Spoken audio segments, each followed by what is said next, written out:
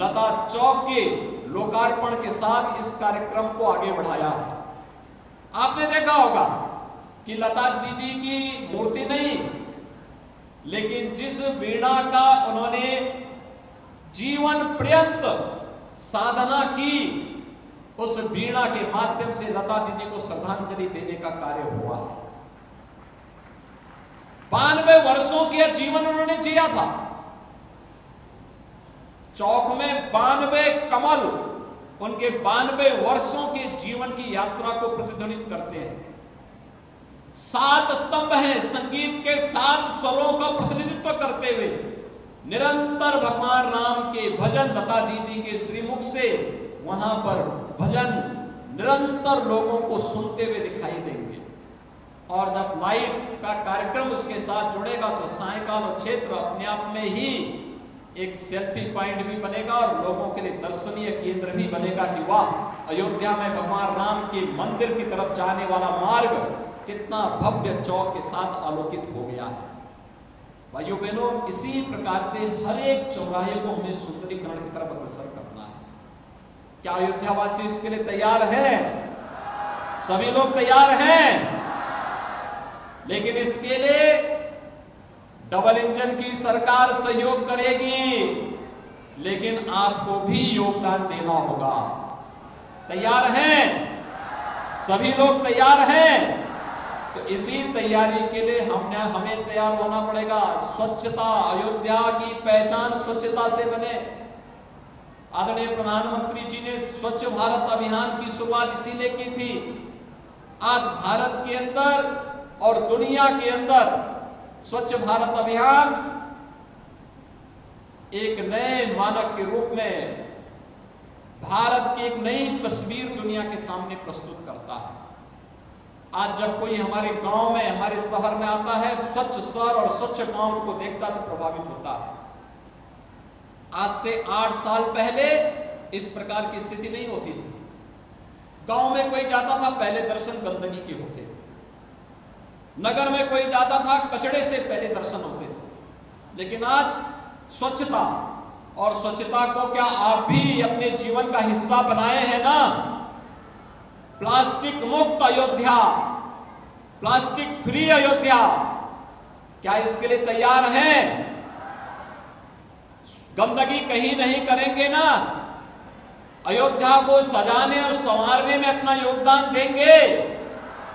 अभी हम लोग दीपोत्सव के कार्यक्रम में अयोध्या आने वाले हैं और दीपोत्सव के कार्यक्रम में इस बार अयोध्या के हर घर में भी दीपक जलना चाहिए। राम जी की पेड़ी के साथ साथ हर देव मंदिरों के साथ हर घर में भी दीपोत्सव का कार्यक्रम होना चाहिए।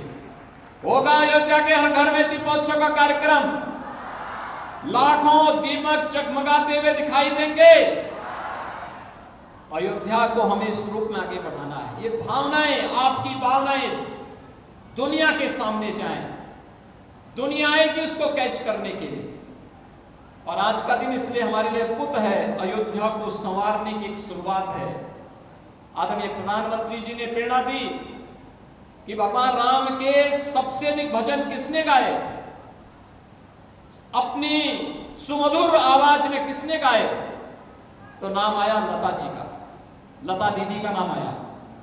और लता दीदी की स्मृति में पहला चौक भव्य स्मारक के रूप में भगवान राम के भव्य मंदिर की ओर जाने वाले मुख्य चौराहे का पहला कार्यक्रम इस रूप में, जहां पर कोई भी आएगा लता दीदी की सुमधुर आवाज में भगवान राम के भव्य भजनों को सुनकर के, दिव्य भजनों को सुनकर के वह आलोकित होगा और अंतःकरण से प्रफुल्लित होकर के भगवान राम के प्रति उनके मन में एक स्वतः स्फूर्त श्रद्धा का भाव जागृत होता हुआ दिखाई देगा।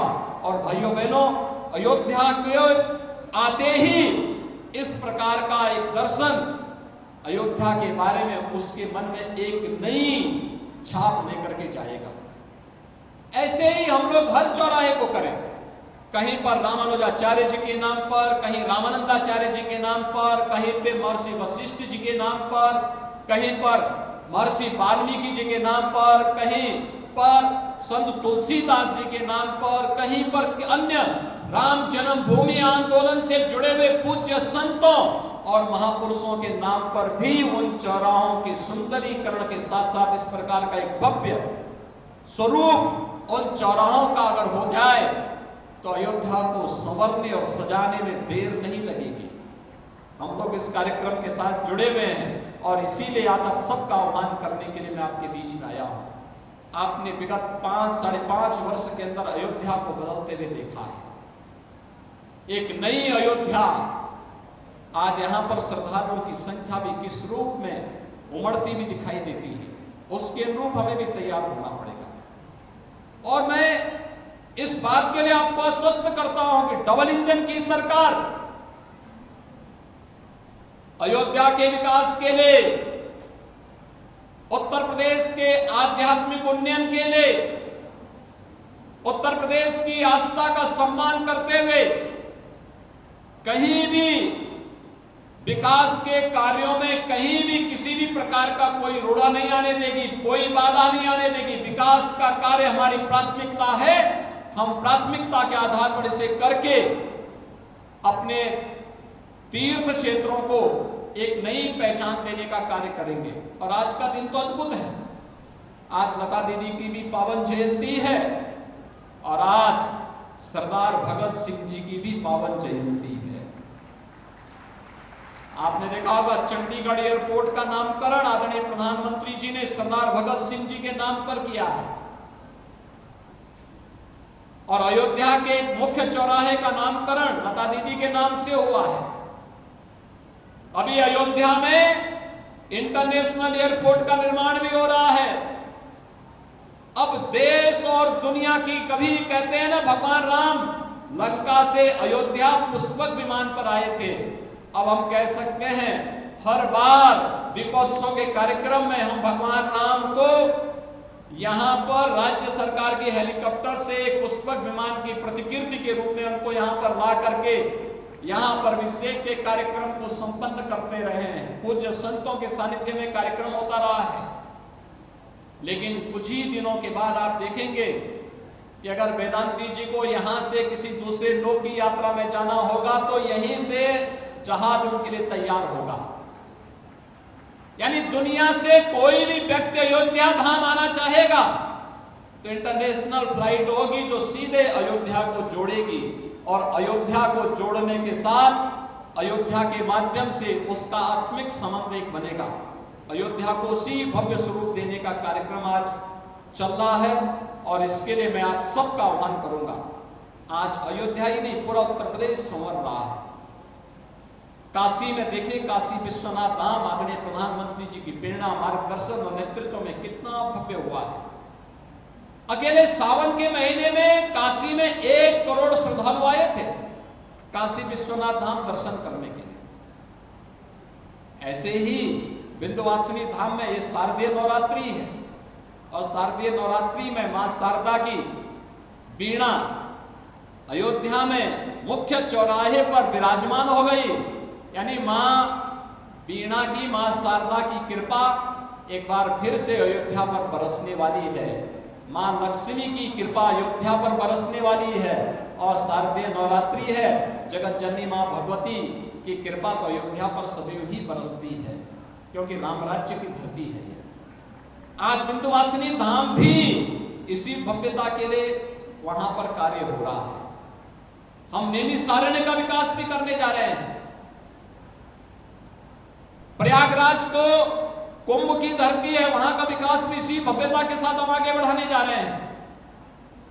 उत्तर प्रदेश के अंदर यह आध्यात्मिक विकास की यात्रा तो है ही, आस्था का सम्मान तो है ही, इसके माध्यम से लाखों युवाओं को रोजगार के साथ जोड़ने का कार्यक्रम भी इस पर्यटन विकास की इन संभावनाओं के माध्यम से हम लोग करने जा रहे हैं।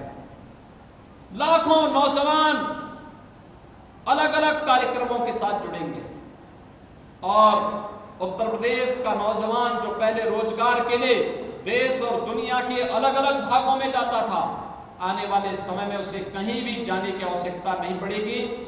अयोध्या शोध संस्थान ने भगवान राम के इंसाइक्लोपीडिया को आज विमोचन भी यहां पर संपन्न हुआ है। शोध संस्थान की पत्रिका का विमोचन हुआ है और लता दीदी से जुड़ी हुई एक पुस्तिका भी आज मुझे यहाँ प्राप्त हुई है। मैं इसके लिए अयोध्या शोध संस्थान और इसके संपादकों को, लेखकों को हृदय से धन्यवाद देता हूं। इस अवसर पर केंद्रीय मंत्री श्री जी किशन रेड्डी जी आए। अपने व्यस्त कार्यक्रमों में से आज उन्होंने समय निकाल करके अयोध्या के इस भव्य कार्यक्रम के साथ जुड़े हैं। मैं इसके लिए हृदय से उत्तर प्रदेश शासन की ओर से उन्हें धन्यवाद देता हूं। आदरणीय प्रधानमंत्री जी का आभार व्यक्त करता हूं कि जिनकी प्रेरणा से भव्य कार्यक्रम अयोध्या में शारदीय नवरात्रि के अवसर पर संपन्न हो रहा है। पूज्य महंत नृत्य गोपाल दास जी महाराज जो श्री राम जन्मभूमि तीर्थ क्षेत्र ट्रस्ट के अध्यक्ष भी हैं, श्री मणिनाथ दास छावनी के श्री महंत भी हैं, पूज्य संतजन महंत सुरेश दास जी महाराज हैं, महंत और धर्मदास जी हैं, यहाँ पर वेदांती जी महाराज हैं, यहाँ पर हमारे अवधेश दास जी हैं, हमारे दिनेशाचार्य जी महाराज हैं, कमलदेव दास जी महाराज हैं, हमारे दशरथ गद्दी के श्री महंत जी हैं, अन्य पूज्य संतजन हैं। इन सभी पूज्य संतों को मैं यहाँ पर नमन करता हूँ, उनके प्रति आभार व्यक्त करता हूँ कि उनका सानिध्य अयोध्या के विकास के प्रत्येक कार्यक्रम के साथ प्राप्त होता है और यही तो विकास की यात्रा है। इन पूज्य संतों के सानिध्य में हम लोग अयोध्या को भव्य स्वरूप देंगे, एक नई ऊंचाई तक पहुंचाने का कार्य करेंगे और विकास की इस प्रक्रिया के साथ जुड़ते हुए अयोध्या दुनिया की सुंदरतम नगरी बनेगी। इस विश्वास के साथ एक बार फिर से मैं आदरणीय प्रधानमंत्री जी की प्रेरणा के लिए आभार व्यक्त करता हूं।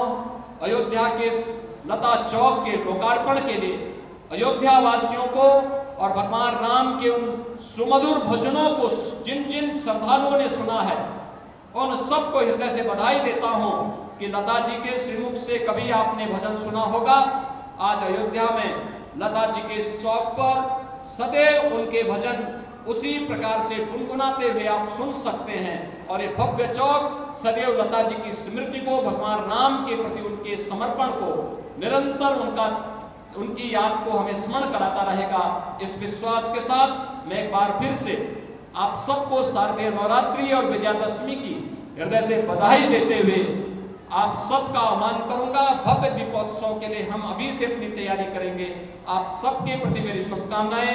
धन्यवाद। जय हिंद, जय जय श्री राम। नमस्कार, मैं हूं मानक गुप्ता। अगर आपको हमारा ये वीडियो पसंद आया हो तो इसे लाइक और शेयर जरूर करें और हाँ, हमें सब्सक्राइब और फॉलो करना ना भूलें ताकि आप देश और दुनिया की कोई खबर मिस ना करें। तो जुड़े रहिए हमारे साथ और देखते रहिए News 24।